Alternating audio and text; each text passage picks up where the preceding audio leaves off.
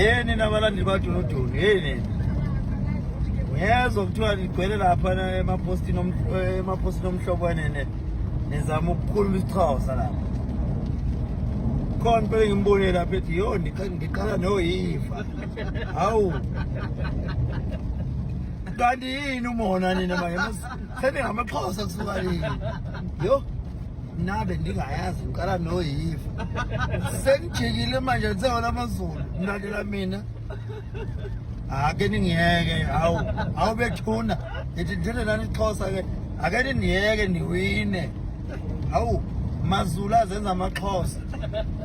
thina besithandela umhlobonene izolo wonke umuntu obefonela lapha ongumXhosa ubethi sizawuwela ngembongolo kalokhu sizawuthi sikhwele imbongolo wonke umuntu obengena lapha befuna imbongolo senigijima nemaposti omhlobonene seniyothi niqala noyiva ubona